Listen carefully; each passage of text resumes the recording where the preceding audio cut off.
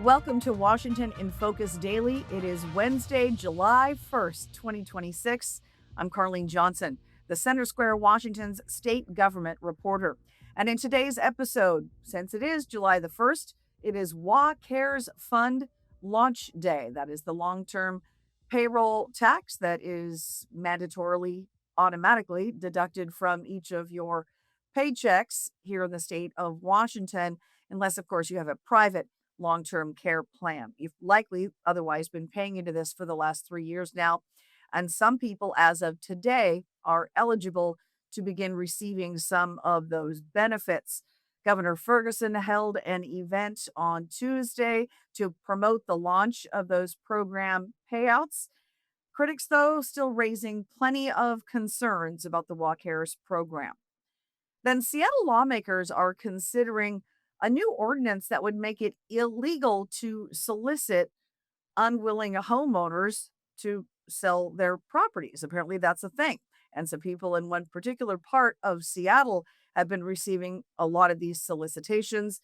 They reached out to the city council, and the city council is taking some steps to penalize those who would reach out and say, hey, you want to sell your house, even though you might not be listing it. And then we are just hours away from Let's Go Washington turning in signatures to the office of the Secretary of State in Tumwater for petitions they've been gathering signatures on for the last several weeks in hopes of repealing our newly passed income tax here in the state of Washington. So we're about to find out if, in fact, they have enough signatures to potentially get this qualified for the ballot this November. So that's all coming up in today's episode. So Washington State begins today on the 1st of July paying out monthly benefits for the WA Cares program. This is the mandatory payroll tax that is funding long-term care in our state. Now, this offers a lifetime benefit of up to $36,500 for long-term care services. Again, through that payroll tax, which if you don't look at your pay stub, a lot of us just have auto deposit and rarely check it. But if you do, you'll see that Washington's long-term care fund takes 58 cents out of every $100 that you earn in the state of Washington. Again, unless you have opted out by proving you have a private long-term care insurance policy. So let's say you make $85,000 a year in the state of Washington, lower than the average income. The WA Cares Fund will take $493 a year from you. You don't get any say in that. They take your $500, they put it into the WA Term Cares Fund, and maybe someday you need that benefit. Maybe someday you don't, and then others get your money. That is honestly the way the program is designed at this point. But Governor Bob Ferguson celebrated the WA Cares benefits launch at a home with this news conference in Tukwila yesterday. We're here, of course, to celebrate the beginning of a first-in-the-nation program where, once again, Washington State is leading the way on a really important issue facing folks across the country and here in Washington State. Starting tomorrow, we're excited to say, WA Cares will begin paying its first benefits to Washingtonians who need support for their long-term care needs. We're here, of course, at the home of Evelyn Wade, who relies on her niece, Sonia, to be her family caregiver. Please join me in a round of applause for them for hosting us today. And Evelyn, I hope you don't mind me saying, Evelyn's 87 years old. She still walks a couple miles around the neighborhood. I think she was saying just about every day. Super impressive. She's been here at this home, I think, for over 30 years. And so this is really what this program's all about, right? Is providing a help to folks for exactly the situation you're going to hear more about from Sonia in a few minutes. So I'll keep my remarks brief so we can hear from folks directly impacted by this wonderful program. But it's important to point out that in the United States, 1 in 4 adults is a caregiver. Close to 500,000 Washingtonians will experience the need for long-term care service or support within the next decade. But for most people, paying for that is, as you might imagine, a struggle. Less than 3% of Americans have a private long-term care insurance policy or enough personal savings to pay out of pocket for long-term care support and services. Now, according to the Washington Department of Social and Health Services, about a half million Washingtonians will need long term care services of some type in the next decade. So that could be you need meals delivered because you can't, do meal prep or go to the grocery store. You need a ramp built outside your home because you've got a walker or a wheelchair, or you need some other kind of, modifications in your home. Maybe it's, shower modifications, adding a bar to hang on to or something like that. There's any number of things that your long-term care's benefit can be used for.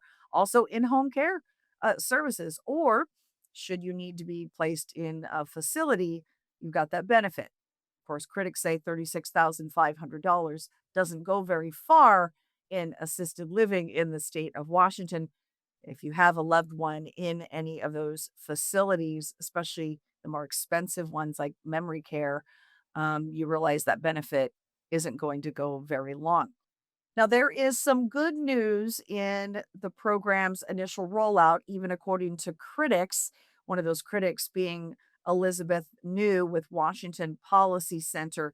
She heads up their Centers for Worker Rights and Healthcare at WPC. And she's been a critic well before we started even having, these payroll deductions for the Walk Cares program. But she says the good news is that the application process seems to be going fairly smoothly for these very first folks going to receive benefits. The way the program is written, it allows up to 45 days to process. So you apply to receive it. They've got 45 days to find out if in fact you qualify. Did you pay in enough? Did you work enough hours? But it's only taking about 8 days on average at this point. But keep in mind, they've only processed a very small number of applicants so far because you have to have been paying in from day one of this. So the last 3 years you have to have paid in. And you have to now need long term care support of some type. So that's a really small pool of folks at this point. Very few applicants, very few people have even applied.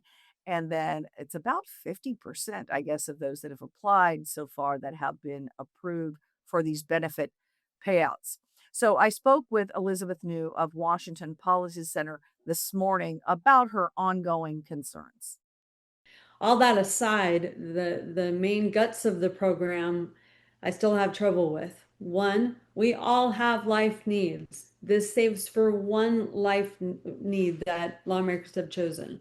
I would rather see people keep more of their wages. I see this as a worker penalty. If our state really believes in this, it should pursue something else out of the general fund, not have a payroll tax paying for it. There is also Medicaid long-term care available to people in need. This program is not for people in need. In some cases, you have low-income workers giving 58 cents for every $100, handing it over to people with no need for taxpayer dependency. This is not making Washington more affordable. It's making it less affordable, and it's at the hands of our state government. Now, supporters argue that the Walk Cares program fills a gap left by Medicare and private insurance because, of course, most Americans can't afford a private long term care policy. You may recall that there was that narrow opt out window before they started taking those auto deductions from our paychecks, where people could prove they either already had a long term care private insurance policy or they could get one. So there was this mad rush, and about 500,000 people did opt out, in that narrow window. They either, provided attestation that they already had a policy or they got one. But then we had a lot of insurance providers in the state of Washington stop accepting applications because they were worried people were just going to sign up and get a policy and then dump it, sign up so they could prove I've got my policy. Don't take money out of my paycheck, Walk Harris program, but then dump the policy. And so they stopped even processing applications. So a lot of people that wanted to get a private plan to opt out were unable to do so.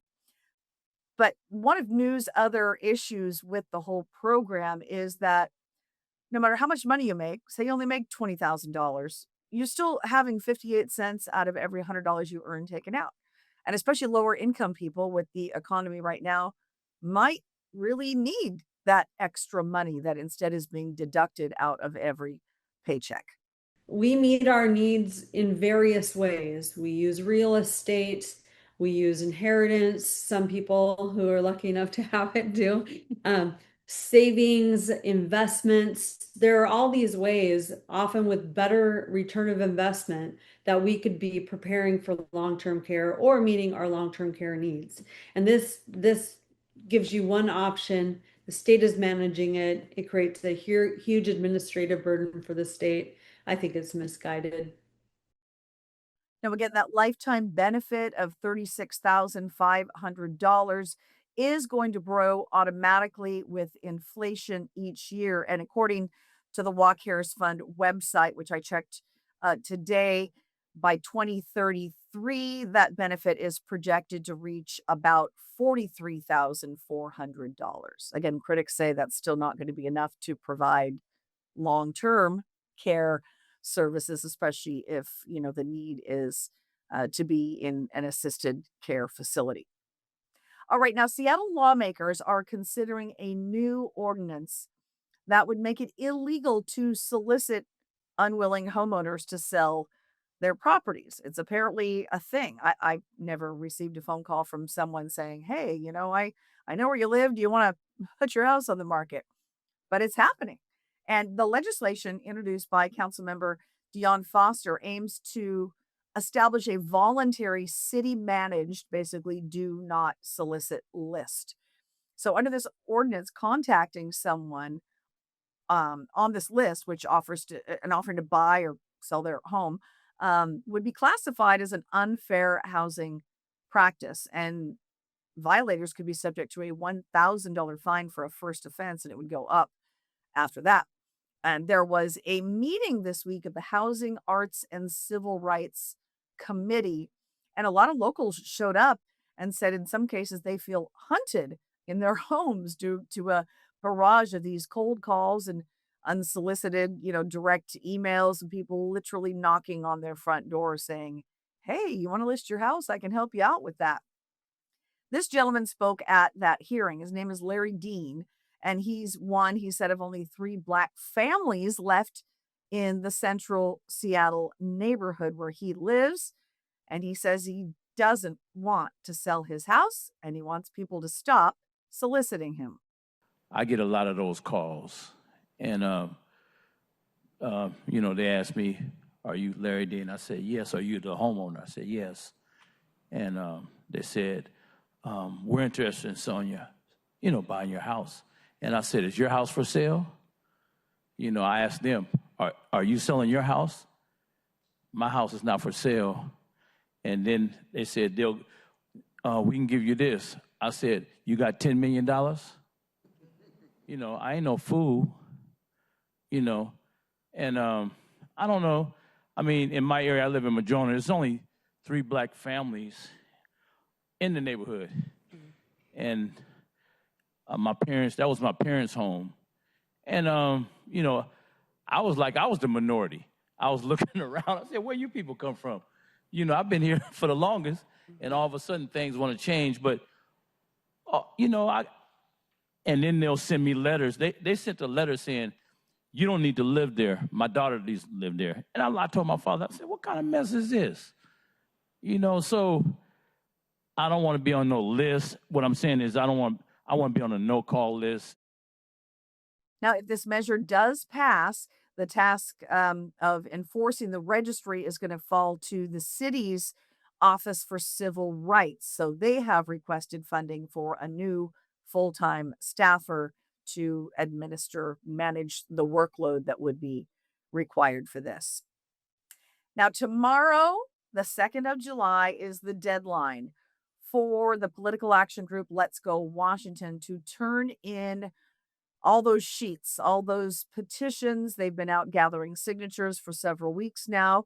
Only really not that many weeks. I can't remember when they started, but it was a very narrow window for them, very small amount of time to gather signatures in hopes of repealing the newly passed income tax. So tomorrow they will be gathering in the afternoon, 3 o'clock, at the office of Secretary of State Steve Hobbs. And I've been down there for other petition dumps.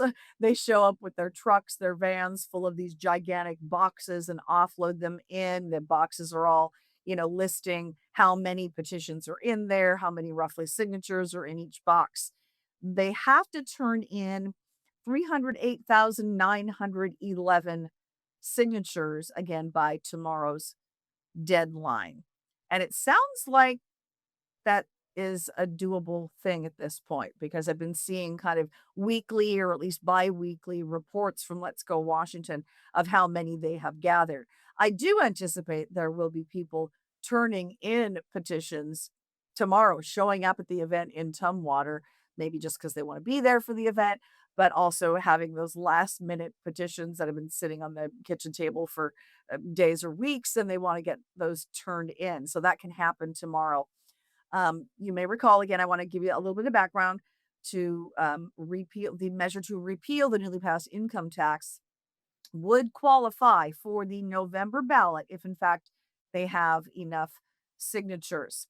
Now, a few weeks ago, Let's Go Washington's Darren Littell, I spoke with him about, the signature gathering effort. We talked a little bit about some of the ongoing harassment, vandalism for folks out gathering signatures, just like we saw the last couple of years with other Let's Go Washington petition drives. And I asked him about preparations for the statements that will be alongside this measure on the ballot and also will appear in the voter's guide. And he said it turns out those ballot statements and those statements that are in the voter's guide and online voter's guide as well are really important. The statements actually come down to they're very important. A lot of people read them. We've done testing on it to see how many people read them and the kind of impact that it has on their vote. And people actually do a lot of research, which I think is good. I think that more informed people are when they go to cast their ballot, the better off they are. So, crafting these statements is a critical part of the election, and making sure that they're done well and factually accurate, I think, are really important pieces of it. And I know we are in the height of summer. We've got our nation's 250th coming up this weekend. Everybody is just thinking about fun in the sun, but we are only 4 months away from the November election. And again, tomorrow in Tumwater is a critical day for Let's Go Washington and their supporters to turn in those petitions and find out if, in fact, they have enough signatures to qualify. They try to turn in way more than the 309,000 necessary because, of course, there are people that accidentally sign or on purpose sign twice, or people that aren't registered voters and think they can still sign. Some signatures that just don't match what the Secretary of State has on file for your voter signature. So lots of them get thrown out. So they're hoping to turn in a lot more than the 309,000 needed to qualify the measure for the fall ballot. But we will be there in Tumwater tomorrow. We will bring you exclusive updates on that. And it's going to be interesting to see what happens. Of course, now, though, once they do qualify, begins the big time campaign from opponents who have amassed a giant war chest to campaign against not only the income tax repeal attempt, but the other two initiatives that will be on the fall ballot. Those are the restoration of parental rights and the initiative to protect girls in sports. So if the income tax repeal gets qualified, we're going to have three initiatives on that November ballot. So that's a wrap on today's episode of Washington in Focus Daily. As always, thank you so much for watching. We hope to see you again tomorrow.